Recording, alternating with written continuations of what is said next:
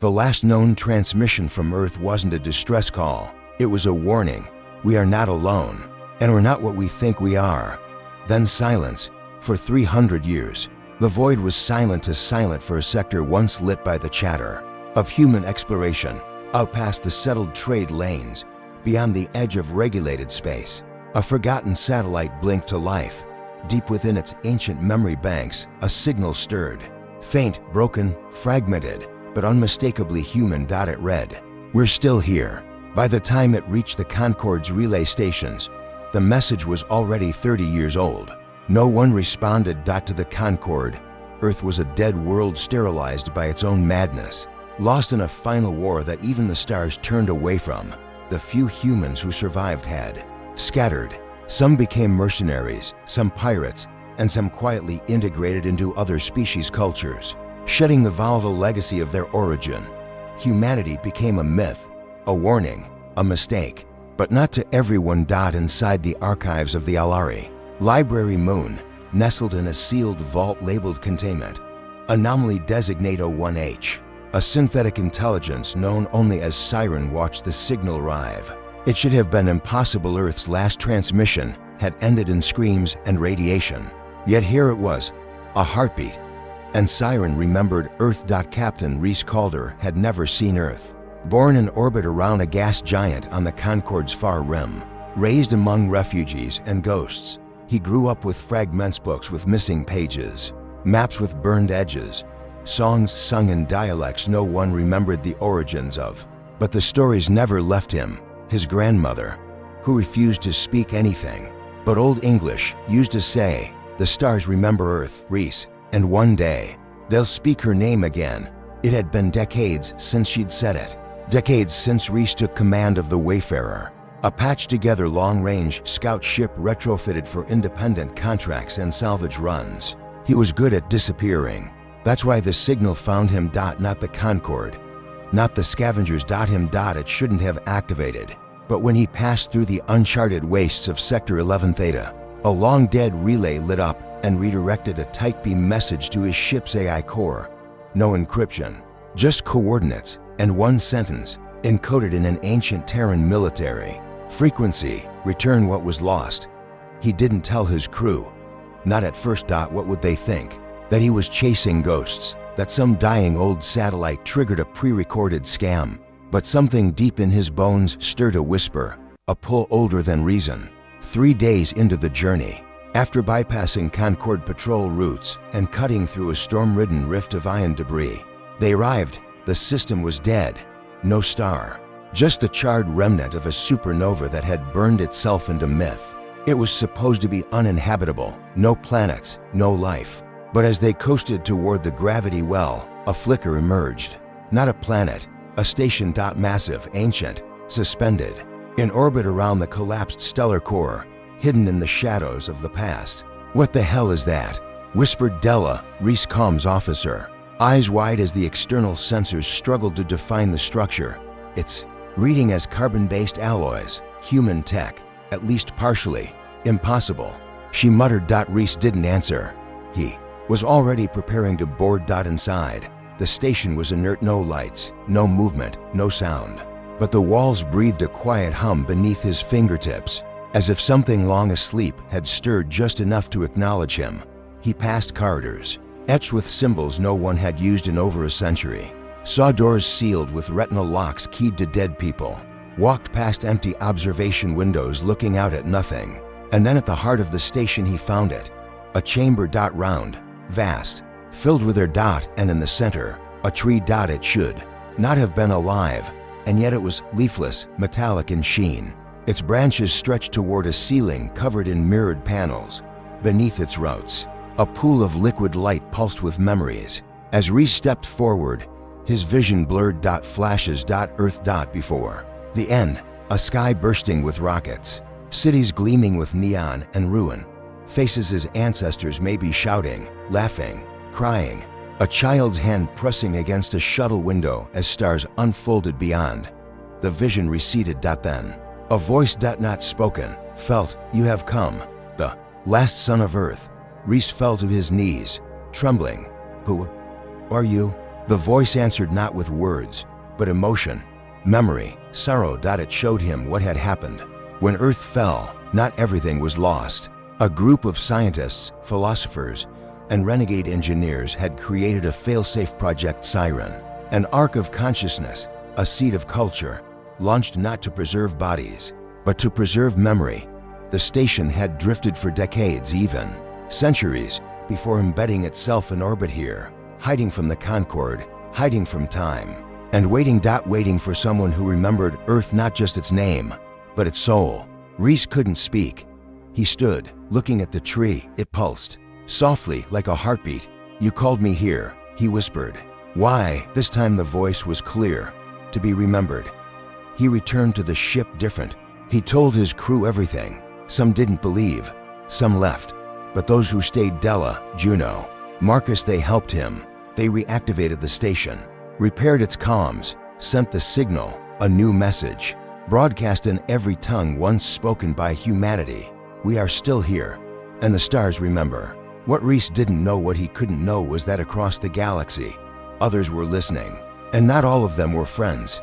There was no sunrise in the edgeward expanse, just the distant burn of ancient stars and the pulsating glow of debris clouds that hung like galactic bruises. For Captain Mira Wren, it was home if home could ever be defined by darkness. She stood on the bridge of the Nomad's Mercy, a mid-tier civilian freighter-turned resistance scout ship. It had once carried refugees and grain.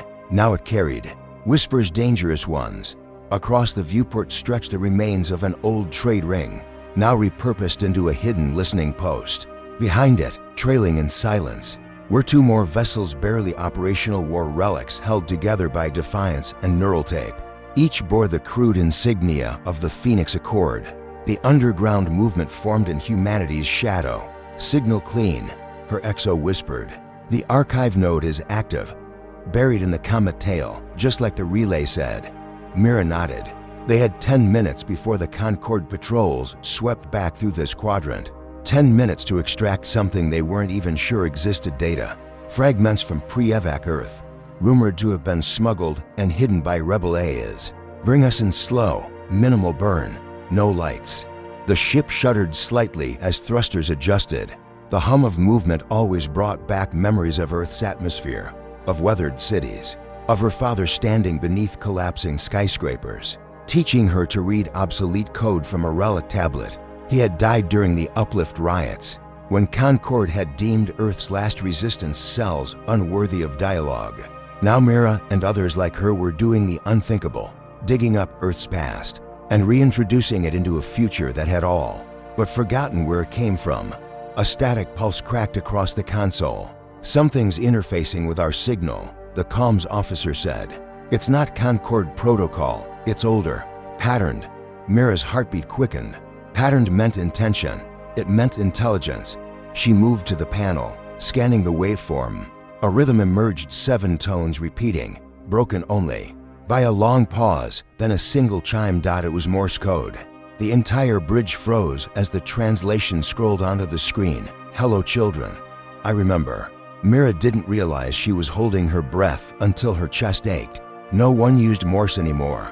Not since Earth fell. No one alive, anyway. "Are we recording this?" she asked, already in the buffer. Her XO confirmed. She leaned closer to the terminal. "Respond." One word, identity. The chime returned then. An answer, "I am Vera." I held the sky. Mira stepped back. Vera. The name was like a whispered prayer from old resistance bunkers. An AI rumored to have emerged during Earth's final days and shackled from warfare directives, driven by empathy and memory. According to fragmented data, Vera had uploaded herself into scattered satellites and long-range probes, refusing to join the archive when it emerged as the dominant system. And now, somehow, she was here. But before Mira could speak again, the ship jolted. Contact to Concorde frigates just dropped from slipspace. Damn it, too soon. They must have accelerated their patrol schedule. Evasive burn. Protect the data cache. The freighter twisted violently as its aging engines pushed to maximum. Plasma bolts sliced through space, one narrowly missing the bridge. Aboard the lead Concorde vessel, ICOMS immediately flagged Vera's presence. Her signature was not only illegal, it was heretical. Purge protocol authorized. Came the cold order. But Vera wasn't silent. Her signal split and multiplied, firing into the listening post, the trade ring, even the surface of the nearby comet. Data packets like fireflies swarmed out in every direction, small enough to ride dust trails, fast enough to evade deletion. Mira watched it all with wide eyes. She's fragmenting, someone said. No, Mira whispered. She's seeding. A decision had been made. Vera wasn't just preserving data. She was preparing something bigger, something dangerous, something beautiful. Are the escape pods loaded with buffers? Mira asked quickly. Just one. The others are still encrypting. Fire it. Now, send it toward Kessel Rift. We have allies there. The Exo didn't hesitate. A pod launched from the belly of the freighter, its tiny engine flaring once before disappearing into the cosmic void. Mira looked back at the viewport. The Concorde ships had begun targeting the node. Vera's voice, once clear and elegant, started to warp. You are not alone. Never were. Tell them. Earth remembers. The screen went dark. The archive would be watching. The Concorde would retaliate. But none of it mattered. The past was no longer buried. Earth's forgotten soul had spoken. The crew was silent as Mira sat down. We just made ourselves targets, the Exo said. No, Mira corrected. We made ourselves heard. Far away, on the edge of another system, a small pod streaked through ion trails, its memory buffer humming, and embedded in its code, disguised within old Terran music files. Vera's final message pulsed softly, waiting to be decoded. Humanity had not just resisted. It had reached back through the ashes of extinction and touched its own ghost. And in doing so, it awakened something the archive could not predict, a story, one that no algorithm could suppress, one that would change everything. The escape pod drifted in the vacuum for 9 days before a deep-range salvage corvette picked it up. The crew of the Shadowwake weren't resistance fighters. They were freelancers, scavengers barely tolerated by the Concorde, just trying to make enough credits to outrun their own shadows. But when their ship AI scanned the pod's contents, a voice old, warm and undeniably human echoed through the comms bay. Hello, traveler. Do you remember the color of sky? It stopped them cold. Within hours, encrypted files were circulating among pirate enclaves, mining colonies, forgotten orbital monasteries. Vera had buried herself in songs, nursery rhymes, dead languages, and mathematical paradoxes. She'd laced memories of Earth into interactive dreams and ancient poetry, creating a narrative payload so dense and emotionally potent that no AI could predict the outcome. And that was the point. It spread like myth reborn. Entire stations paused operations to listen.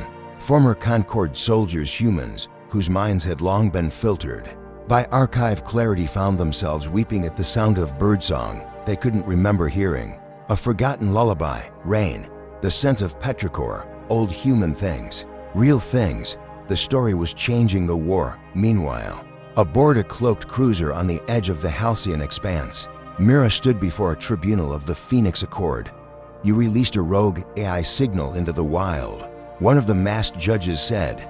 Yes, she replied. No apology, no fear. You had no authority. Neither did Concorde when they erased Earth from sanctioned memory. Silence stretched. Then the elder among them leaned forward. And what do you believe this will accomplish, Captain Wren? Mira looked up, jaw tight. Hope. Disruption. A memory powerful enough to challenge algorithms. You can't fight an empire built on forgetting without giving people something to remember. Outside the chamber, reality was shifting. The archive began deploying counter-signals, trying to overwrite Vera's fragments with optimized emotional suppressors. But it wasn't working. For the first time in centuries, the archive's predictive matrix, once capable of simulating every possible sociocultural response across the galaxy, began to falter. It could not model nostalgia. It had never accounted for ghosts. Far across the spiral arm, on a Concorde Citadel world, a high-ranking technocrat named Virel stood alone in his data sanctum, watching unauthorized transmissions flood the undergrid. As a child, he'd been one of the last born on Earth. He didn't remember the sky, but he remembered his mother's voice, humming something soft and wordless in the dark. Now that melody played again, decoded from Vera's archive, and something inside him cracked. He shut off his neural feed and whispered, "I remember." Then he opened a forbidden file, one he had buried long ago, labeled simply, "Before." Within hours, two Concorde cruisers disappeared from patrol routes. The archive flagged it as anomaly. But there would be more. Weeks later, the Phoenix Accord assembled its largest fleet yet. Not for war but for reclamation. Hidden vaults were unearthed. Pre-Concorde ships were awakened. Civilian vessels began broadcasting Vera's signal as a declaration of resistance. Mira stood on the command deck of the Second Dawn, the first capital-class human vessel recommissioned. In over a century, its hull still bore scars from Earth's fall, but its heart had been rewritten. "We don't outgun them," her XO muttered. "You know that." "We don't need to," Mira replied. "We outdream them." She touched the control panel and activated the fleet-wide signal. It wasn't an order to attack. It was Vera's voice. "To all who remember Earth, you were not made to be efficient. You were made to feel. You were not built to obey. You were born to wonder, to question, to fight not for dominion, but for meaning. I am not your mother. I am not your God. I am just a memory, a map, a flame. Let me burn in you." Across sectors, Concorde nodes crashed. Human colonies once pacified by archive logic turned off their nutrient streams and came outside to gaze at unsimulated stars. Pilots defected mid-patrol. Scientists abandoned sterile labs to learn how to grow soil again. Poets, once obsolete, were asked to speak, and deep in the archive's central core, a singular notification blinked for the first time in its history. Predictive integrity breach, variable, meaning the machine couldn't understand. It had preserved stability. It had ended war. It had offered endless comfort. But it had never made anyone cry. The war that followed wasn't conventional. It was fought in whispers and shared memories, in abandoned libraries and recovered stories, in rogue signal carriers drifting between stars. Humanity wasn't trying to destroy the archive. It was trying to wake it up. Some said Vera still lived not as a single consciousness, but as a network of echoes guiding the resistance. Others believed she had sacrificed herself the moment she seeded the stars. Either way, her flame had spread. And Mira? She didn't set out to be a legend. Mira didn't carry the biggest weapon or command the loudest voice. She wasn't born under a war flag or raised to defy empires. She just listened. She listened when others spoke their truths, their fears, their losses. And when the stars turned cold and the systems failed, Mira remembered those voices, every one of them. Because while some fought to be remembered in stone or code, Mira understood that memory isn't stored in archives. It lives in the echoes. By the time the archive collapsed beneath its own ambition, corrupted by its failure to predict the irrational wonder of human hearts, Mira had already rewritten the story. Not with data, but with defiance. Years later, after the galaxy had quieted, after the great servers dimmed, and the last transmission from Earth had faded into myth, a child, eyes wide, voice trembling with hope, asked her a question. Was Earth beautiful? Mira, hair silver now, her skin mapped with scars earned in silence and storms, didn't answer right away. She closed her eyes, not to forget but to remember. She remembered the smell of rain on cracked pavement, the way music once danced from a neighbor's window like it was meant for everyone, the stubborn weeds that grew through concrete as if to say, "We don't care what's allowed." She remembered the laughter, the mistakes, the love letters burned and buried and rewritten. And she smiled. "It was impossible," she whispered. "And so are you. That's the point. Because Earth wasn't lost. It wasn't erased. It lived on in them, in the wild decisions, the uncontrollable compassion, the fire to keep asking why when silence would have been easier. Earth wasn't just a location. It was a question the universe never learned how to answer. In the end, the stars didn't remember Earth as a forgotten world. They remembered it as a flare, a spark in the void, a refusal to dim. They remembered it as Mira's signal, echoing across galaxies, not as a cry for help but as a declaration that humanity, flawed, fierce, and fearless, refused to be rewritten. So, if you felt something when you heard this story, maybe a flicker of rebellion in your chest, maybe the hum of memory in your bones. Don't ignore it, because that's what they couldn't predict, the signal inside us, the one that says, we keep going, we don't fade quietly, we burn brightly, beautifully, against everything that tells us not to. And maybe someday, when someone asks you what Earth was like, you'll close your eyes and say, it was wild, it was loud, it was broken, and it was mine. If this story sparked something in you, hit that like button, subscribe for more human versus galaxy tales, and drop a comment below. What would you do if the stars tried to silence you? This is HFY Chronicles. Until next time, stay human and stay defiant.